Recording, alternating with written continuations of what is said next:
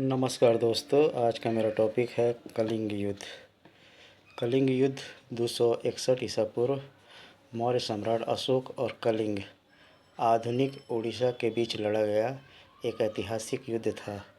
यह युद्ध अशोक के साम्राज्य विस्तार की नीति का हिस्सा था, क्योंकि कलिंग एक समृद्ध और रणनीतिक रूप से महत्वपूर्ण क्षेत्र था। कलिंग, जो वर्तमान में उड़ीसा और आंध्र प्रदेश के कुछ हिस्सों में फैला था, 261 ईसा पूर्व मौर्य सम्राट अशोक के नेतृत्व में और कलिंग का स्वतंत्र राज्य के बीच लड़ा गया युद्ध था। इस युद्ध में मौर्य साम्राज्य की जीत हुई, लेकिन भारी जनहानि और विनाश भी हुआ। कलिंग युद्ध रक्त रंजित था। अशोक के शिलालेखों के अनुसार लाखों लोग मारे गए, घायल हुए या बंदी बनाए गए। इस युद्ध के भयावह परिणामों में अशोक को गहराई से प्रभावित किया। युद्ध को क्रूरता और मानवीय क्षति देखकर अशोक का हृदय परिवर्तन हुआ और उन्होंने हिंसा का मार्ग त्याग कर बौद्ध धर्म को अपनाया।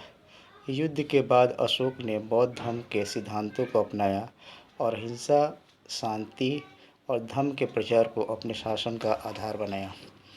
उन्होंने अपने साम्राज्य में धर्मशास्त्रों, शिलालेखों, स्तंभों के माध्यम से बौद्ध धर्म और नैतिकता का प्रचार किया।